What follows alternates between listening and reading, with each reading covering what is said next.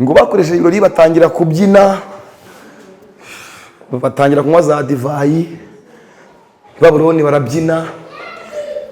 Babuloni bivuga amarembo y'ibigirwamana. Numva bari basinze, bari mu kinya, bari kumva isereri, bari muri shiraho mwana. Ngo atangiye abona ukuntu ngo byandika, ngo atangira gutitira, amaguru arakomangana. Bakise bite ko utitiye ati urutoki atabwo wasinze uri mu kinya, ni ati oya urutoki. Ngo abakonikoni barasobanura biranga. Ngo umugore we araza avuye kuzana vino mu gikari, aza n'ubukweto bwawo ndi bwa winshingaho, asanga sheri bari muri usaze nonaha cyangwa nyine uri mu kinya wasinze. Aravuga atoya, hari amagambo ndi kubona yanditse hariya. Umva amakuru y'inzozi zawe ngo Kuro na Yesu. Kuro wa mbere n'isezerano rya kera niwe Kuro w'uyu munsi kuri ye, ni Yesu wacu uyu munsi. Kuro na Yesu bahuje ibintu 7. Kamvuye mu cyo dusenga Imana. Bose ni abana bavuzweho batari bavuka, bose bahanuwe mbere yuko bavuka. Icya kabiri, Kuro na Yesu bose bamamaye bagize imyaka 12. Mwibuke Yesu 12 ngo asigaye Yerusalemu ari kubwiriza ubutumwa bwiza. Ndashima Imana imenye ejo hacu hazaza. Uyu mugoroba Imana iguhuze n'umuntu ukumenyera ejo hawe hazaza. Amen. Imana igikureba ikakumenya, niyo mpamvu ujya gusenga wari mu masengesho Imana ikavugana nawe ikavuga ngo mwana wanjye nubwo ukenye ariko ejo hawe ni heza. Imana ibivuze ngo ejo hawe hazaba heza bitaraba. Icyo Imana ivuze ni iki? Iragira ngo nibikubaho tuzagira ngo n'ubwenge bwawe uzamenye ko ari Imana ibivuze.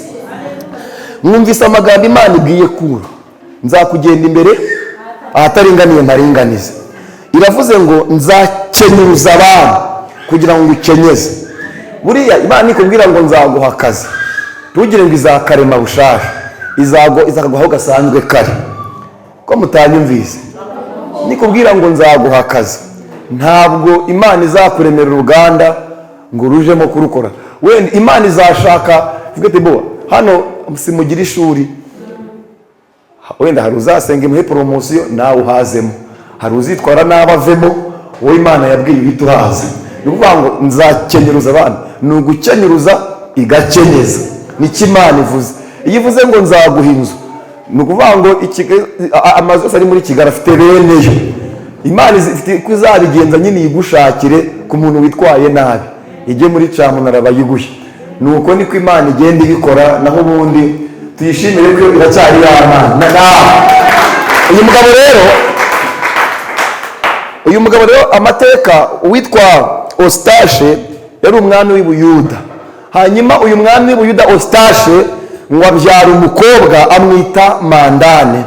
Hanyuma amaze gukura abaye inkumi, akajya avuga ati mwana wanjye tukazansebye, uzashaka umukwe muzima. Noneho ati papa ujye usengera cyangwa se nawe ujye undebera nk'umubyeyi. Uyu mwami Eustache ngo aryamye nijoro mu gicuku ngo ararota.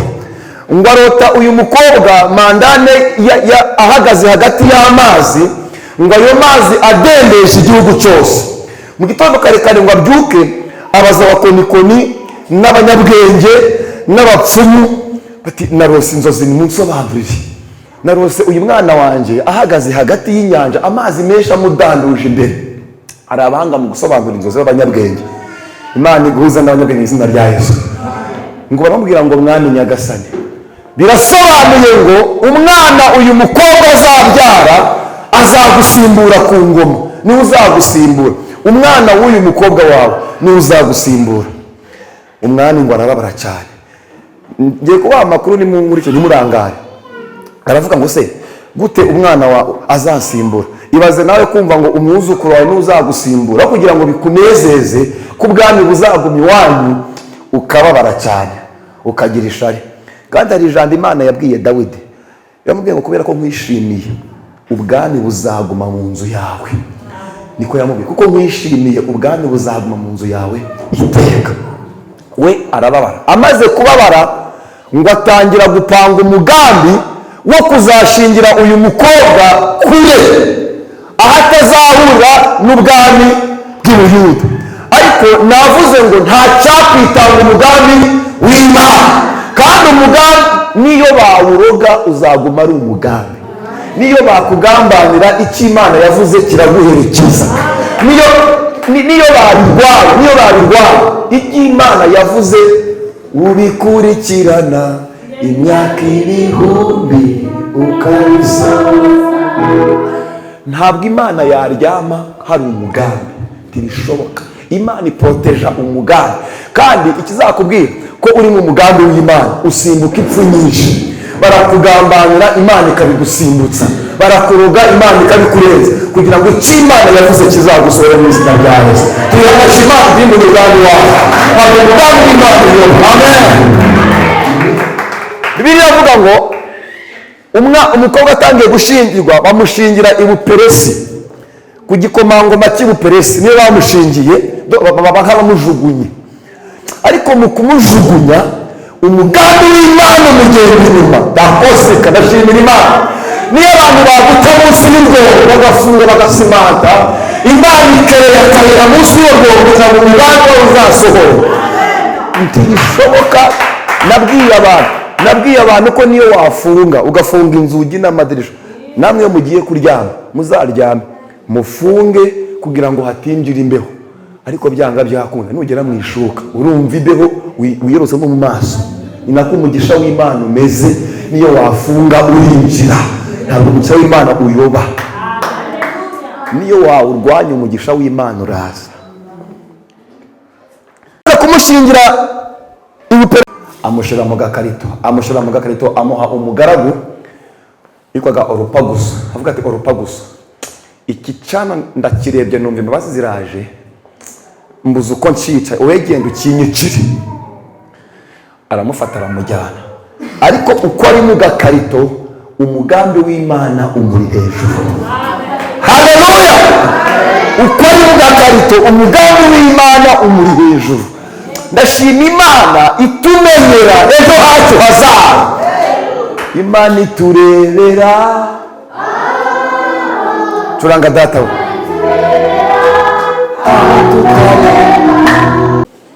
Umukobwa aravuga ngo ndabizi data yampekuye, sindamwiyereka ngo ntere amahane, kuko wishe umwuzukuru we nanje yampitana. Aravuga ati, sheri data wihangane, yishe umwana wacu nta kundi. Barabigumana, akana barakajyanye kukica. Ni mu ndebe ngiye gusenga ngo Orupagusu wa mugaragu nawe kumwica biramugora, ngo afata umushumba waragira inka ziwabo, ati genda unyicire umwana kandi umuzamukane hejuru ya mu misozi miremire ari umwicira. Hanyuma umwami yavuze ngo azaduhemba tuzame ko twamwisha. Umva amakuru, umva umugambi w'Imana. Umwami yanze kumwica, amuhaye umugaragu ntamwishe. Umva umugambi w'Imana ukumera, amuhaye umushumba ngo amuzamukane hejuru. Umva amakuru nyabahe dusenga Imana. Umushumba ngo aramuzamukana, ubwo mwana ari mu gakarito, ari mbuno umunimwari katumukurikirane, ngo arazamuka hafi naho bari mu mwicire, ngo hari ubugufi bwiwe. Ati okay, kamanditse mu rugo maze nsuhuze sheri, menya amakuru yuko ameze, mbona iki cana nkice n'ubundi umwami azambembe. Ngo ageze ku marembo y'iwabo ngo asanga huzuye abantu benshi. Ati se habaye iki? Imana igirinda umugambi, Imana igirinda umugambi, Imana igirinda muyimpera bashye, Imana igirinda umugambi, Imana igirinda umugambi. Ariko banditse gukundira kutamezeka abantu, washize ibanga ryanjye nawe kure y'amaso y'abantu. Yemwe nimuterere twishimire Imana, twishimire Imana, twishimire Imana. Ariko banditse gukundira kutamezeka abantu. Wageze mu rugo asanga iwe umugore wiwe yabyaye umwana, ahita ko arapfa. umva amakuru kandi agiye kwica umwana asanze n'uwiwe yapfuye, ngo asanga madamu we ari kurata, urumva nyine nta kundi. Ati se bite madamu, ngo kubona umugabo araje n'agakarito, ati buriya tuzaniye amasambusa mu gakarito. Ubuse murabona nzabimbwa se? Mumbere Imana amashiko byayo, ntabwo byapfu, hari ubuzima, ntabwo ibyo abantu bavuga ni abantu, ariko Imana igira icyitwa irengayobera. Imana ikabirenga ikavuga ibyo izakora ku buzima bw'umuntu. Ndagira ngo wihangane uyu munsi, uze usenge. Ntawe usenga akina, nubwo yaba iminota 20 uze usenge. Ntabwo naje mu rusengero nimurimba wose muramya ngo ntacyo ndi hano, ntimukabikore kwishimisha. ujye ubikora ko ibintu nzabyishurwa n'Imana n'ubu ukiri ku isi. Iby'Imana ibabwira muri gusenga ahangaha hakika ya Mungu bizasohora, bizaba. Ntabwo Imana ibesha. Bibiliya ivuga iki? Biravuga ngo umwana amateka baramuzamukana, umugabo yinjira mu cyumba ati sheri, amusore twabyaye umwana arapfa, ko mutabimbwiye? Urumva twete ko turabikubwira nyine utashe ni mugoroba. Aje kureba umugabo ati have nturebe kamubwira amakuru, ati harimo umwuzukuru w'umwami. Ngo atariko se uvangiwe gute nona? Ese wowe umushumba w'inka n'umwuzukuru w'umwami muhuriye hehe? Wehe kuragira inka? Ati nyamaze harimo umwuzukuru w'umwami. Ati reka ndebe. Ngo ajamo kureba, akasanga icana gikanuyemo amaso. Baravugana ngo mva kwino ariko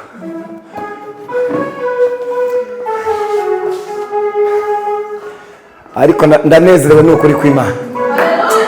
Arega nabuja babahimishaga inzandiko nyinshi z'ibinyoma, saningoma gati bakabasiga icyasha kugira ngo batazongera guhanura, ariko mwarutse gukundira nuko utanezerewe. Wakize ibanga ryanjye nawe, ariko mwarutse gukundira, ariko mwarutse gukundira nawe. Wakize ibanga ryanjye nawe, wakize ibanga ryanjye nawe, wakize ibanga ryanjye nawe, wakize ibanga ryanjye nawe, wakize ibanga ryanjye nawe. Igerayo nzababwira, nzaririmba rwawe uko iminsi yayo.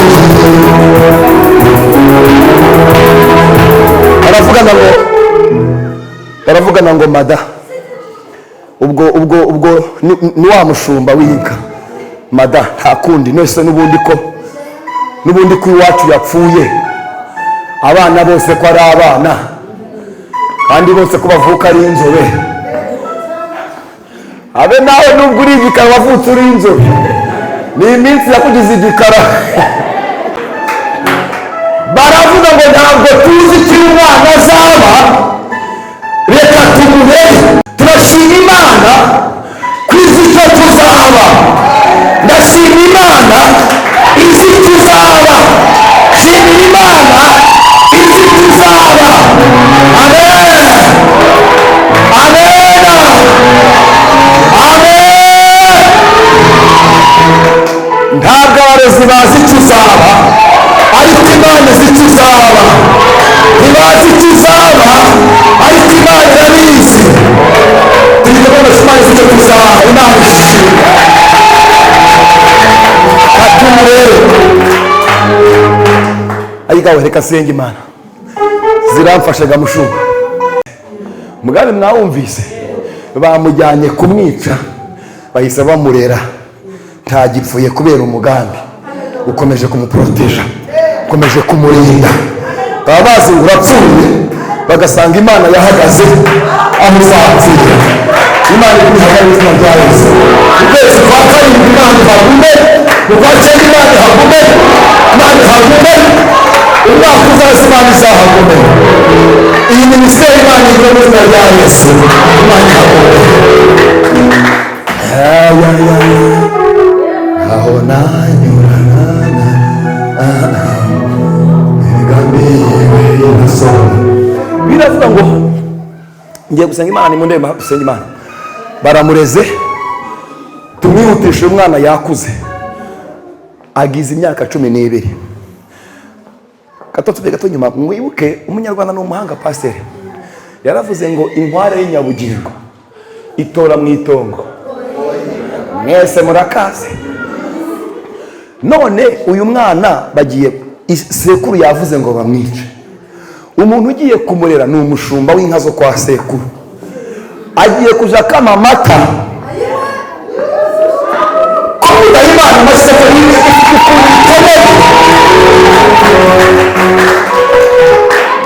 niyo mpamvu umwe yavuze ngo sinzi n'ukubikora. Atuganirije musenge. Iyo utegetse biratunga. Agiye kuyanywa, sekuru yamwimye ku neza, ayanyoye ku nabi. Bazabikwa ku nabi cyangwa neza, bazagukunda babishaka batabishaka, ubwo mugambi w'Imana. Abantu babyumvise bateraniye kube ku munsi.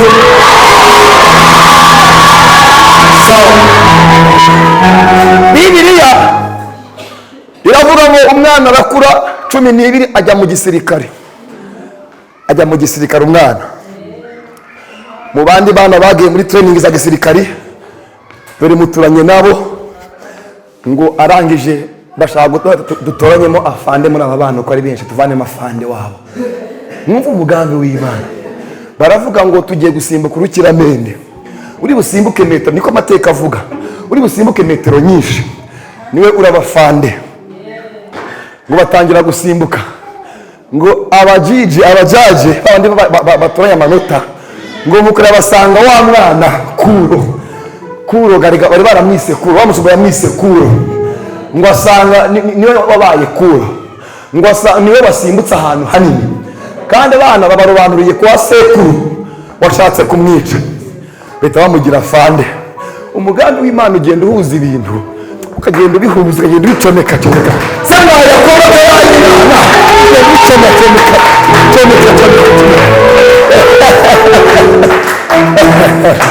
yabihe byari bikomeye warabihinuye Mana. Nuko ngo ahita abafande batangira kumukubitira.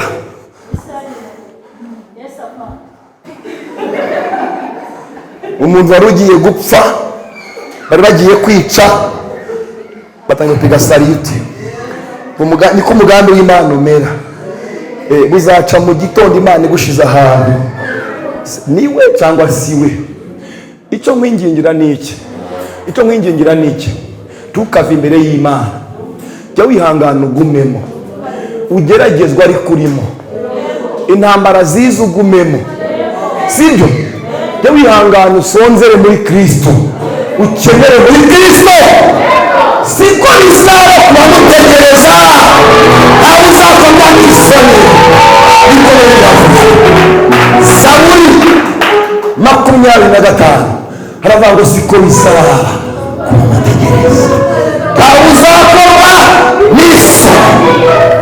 Ihangane ushinyirize, ihangane ushinyirize. Igitondo cy'Imana izakwiyereka.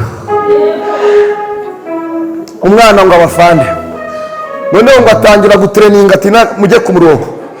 Ngo mu gihe bakoraga umurongo, ngo hari umwana mugenzi we wishe umurongo.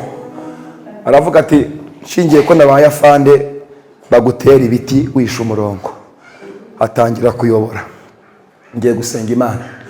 Ngo barangije wa mwana bakubise inkoni nyinshi, ngo ararwara bananirwa kugenda. Ngo ajya kubwira iwabo ngo mama twagiye mu gisirikare bankubise inkoni nyinshi, ababyeyi baravuga ngo iri ni ihohoterwa. Uwo mwana mwagize afande, ise ninde? Ise ni Kanaka, akora ku mwami Eustache. None uwo Kuro ni muntu ki? Nyine se ni umushumba w'inkatu. Tugiye kumuregera umwami n'ibyumvikana, ngo bajya kumuregera umwami bwa kabiri, ngo umwami aravuga ngo ntitaye ku cyo bakuziza. Wumve Satani kabisa, ndategetse ngo bakwice. Bwa kangahe? Bwa kabiri. Umugambi w'Imana uritambika, uhita witambika tiyapfa. Umva amakuru baravugana ngo aravuga ngo ahita atera agatoki, aravuga ngo parido mwami Nyagasani, ndabizi ijambo ry'umwami ni itegeko, mushobora kunyica, ariko iki gihugu kigira amategeko. Yego arahari mwami, sinwe mwayasizeho, twayashizeho. None itegeko uryishagira gute? Baramuhana. None uyu nguyu ntago rimureba. Umwami ngo ahita yibuka pase ahashize, avuga ariko uyu mwana ubu bwenge bungana guca by'amategeko angana cya arivanye hehe? Ubundi abantu bagiye kwica umwana, amakuru yo kumuhamba barabimbwiye. Aravuga ati yewe mwana, ndi kumva sinzi, ntibakwice. Umva umugambi uhise witambika, ntibakwice, ntibakwice, jya mu gikari. Ugiye mu gikari ahita ahamagara wa mukozi, wa mugaragu urupagusa, ati ngwino, umwana nakubwiye ngo ujye kunyicira waramwishe. Twaramwishe mwami Nyagasani. Ahamagara wa mugaragu, wa mushumba w'inka, niko wa mwana waramwishe. Tise ibyo ntabwo mbizi, ibyo uvuga ntabwo mbizi. Ntabwo bizi, ntabwo mbizi. Ati mwami Nyagasani, namuhaye umushumba ngo ajye kumwica, none ari kuvuga ko ntawe namuhaye. Bamurambika hasi ngo bamutera inkoni nyinshi, agiye gupfa. Agatemeka mbabwize ukuri, babwira amakuru atari ivumbi. Ntabwo nigeze mwica. Nageze mu rugo ngiye kumwica, nsanga madamu wanje yabyaye, abyara umwana upfuye. Reka mbabwire kubera icyo Imana yakuvuzeho. Muzi ijambo Imana yavuze ngo nzatanga ingabo nyinshi zipfe ku bwawe. Hari ibintu bizapfa kugira ngo wowe urokoke, hari ibintu bizagenda twe tutabaho. Nasanze umwana wanje yapfuye, mpitamo gushingura uwo nguwo, ndeba uyu nguyu w'inzirakarengane. Turashimira Imana itose, turashimira Imana itose, turashimira Imana itose. Bivuga iki? Bibiliya iravuga ngo, ndacyayifite ariko Bibiliya iravuga ngo umwami aravuga ngo mwese n'abana banyu n'imiryango yanyu mwese muhite mupfa, uriya mwana arokoke. Umva umugambi, bamwe bazagenda kubera umugambi w'Imana ukuriho, usigare. Ngo amaze kurokoka, umwami akorwa n'isoni. Yarwanyije umugambi w'Imana ariko biriyangiye. Afata telefone ahamagara umukobwa we Mandane uri buperesi, aramuhamagara ati mwana wanje uze kugenda gushaka. Se data ko wamhekuye nje ntugiye kunyica, ariko ntabwo yapfuye, aracyahari. Ngo araza ageze imbere ya se, ngo umukobwa aravuga ngo papa, iyo utampekura umwana wanje abangana nk'uyu, iyo utaza kunyica. Imana igutabaye, hari igihe ugira ngo se wowe Imana itabaye, ugatangira kubitwerera abandi, ariko burya ni wowe. Aramubwira ngo mwana wanje ntabwo yapfuye wa muhungu, burya uyu ni umwana wawe. Ngo ahita amufata aramuhobera. Umwana abona nyina, nyina abona umwana. Turashimira Imana ikuye n'umugambi. Yanyomoje amavuta y'igiciro cyinshi, yapfutse inguma zose. Ikintu Imana ikoze, uyu mugore imwemeje kumuhereza umwana we. Uyu mwana Imana imwemeje kumuha nyina. Ndagira ngo Imana ikomoze kumuha ibyawe mu izina rya Yesu. Ariko Imana ikomoze, uvuge ngo amen. Imana ikomoze kuguha ibyawe, Imana ikomoze kuguha akazi, Imana ikomoze kuguha inzu, Imana ikomoze kuguha abawe. Ariko tuyabashima, Imana ikomoze.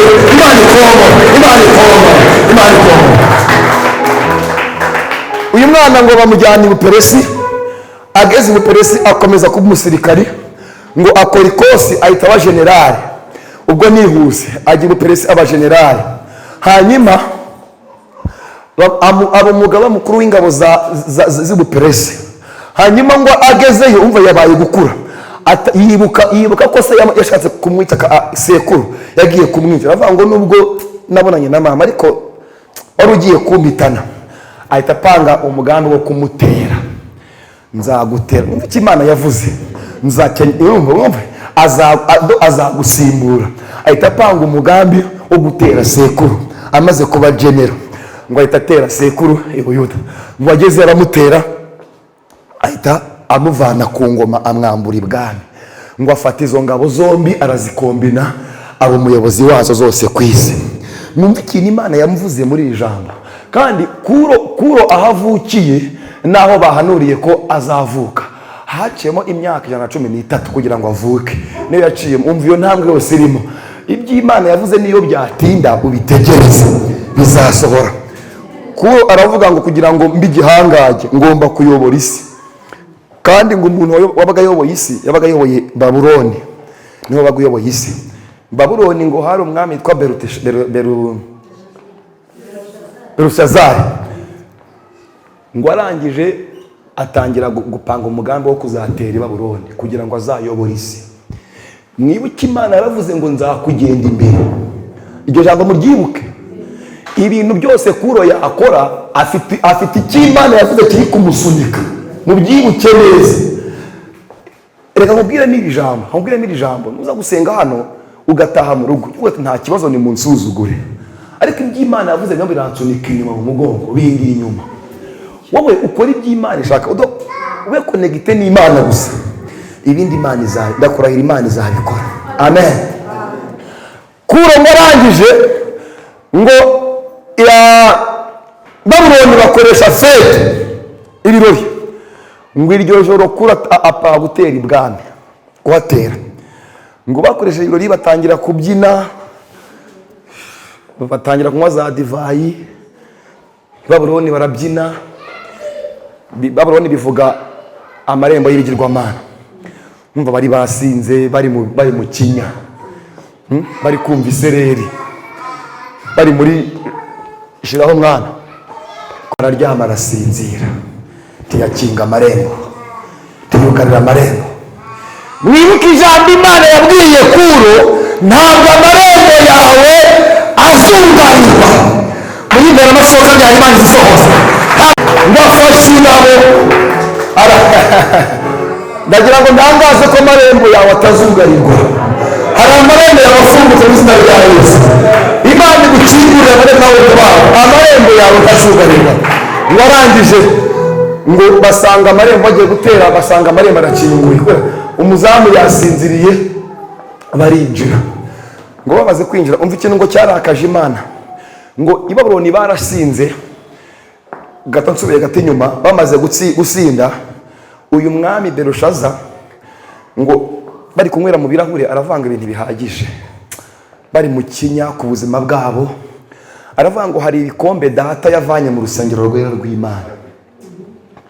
Cyagiye bavanye abantu intuza muri Israeli babavanye Yerusalemu, bazanye mu bunyage. Yavanye ibikombe byanyweshagamo mo ntuza igaburo ryera, reka mbinywesha inzoga. Ngo Imana irababara cyane, abaka ko nagasomborotse nagasuzuguro. Nibyo byatewe Imana gutanga ubwami bw'uyu mugabo. Ngo akibinywesha bya bikomba kiri kubinywesha, muzasoma muri Daniyeli, ngo abona ngo ikiganza cyandika amagambo ku rukuta. Mwabisomye ngo meri tekeri ufarisi trebye. Ngo atangiye abona ukuntu ngo byandika, ngo atangira gutitira, amaguru arakomangana. Bakise bite ko utitiye ati urutoki atabwo wasinze uri mu kinya, ni ati oya urutoki. Ngo abakonikoni barasobanura biranga. Ngo umugore we araza avuye kuzana vino mu gikari, aza n'ubukweto bwa undi bwawinshingaho, kaci asanga sheri bari muri usaze nonaha cyangwa nyine uri mu kinya wasinze. Aravuga atoya, hari amagambo ndi kubona yanditse hariya. Aravuga ati ariko ntugire ikibazo, utunze umuti mwa kino gihugu. Ni mu ndebe ngiye gusenga. Hari umuhungu witwa Daniyeli ku ngoma ya so Nebukadinezari yasobanuye amakuru y'ibyabaye. None yaguha amakuru.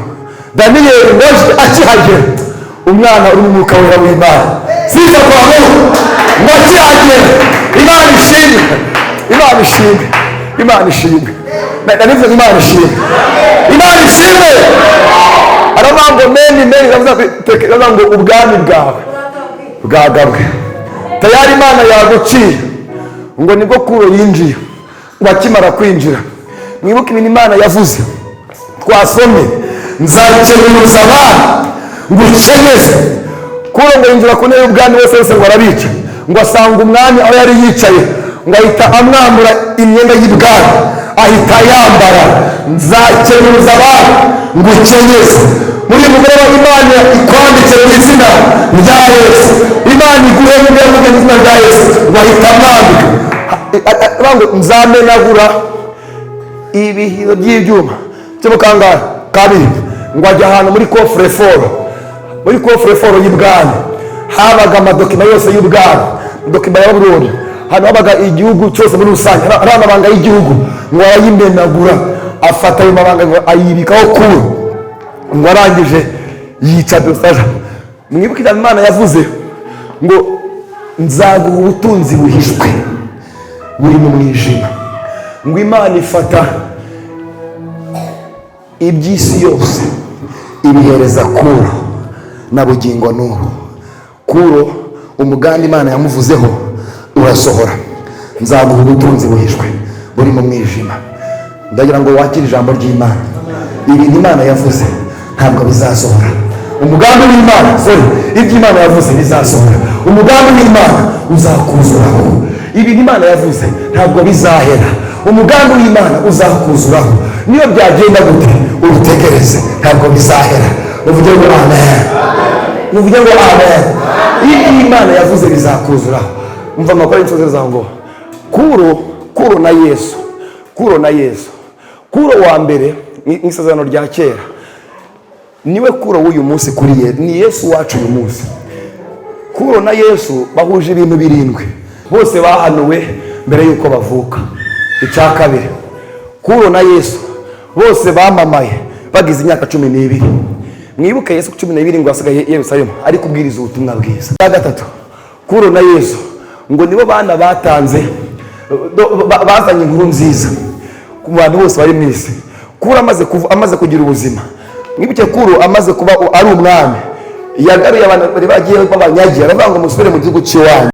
Imana iguhaye Kuro wa mu izina rya Yesu. Umugambi w'Imana ntabwo uzapfa ku buzima bwawe.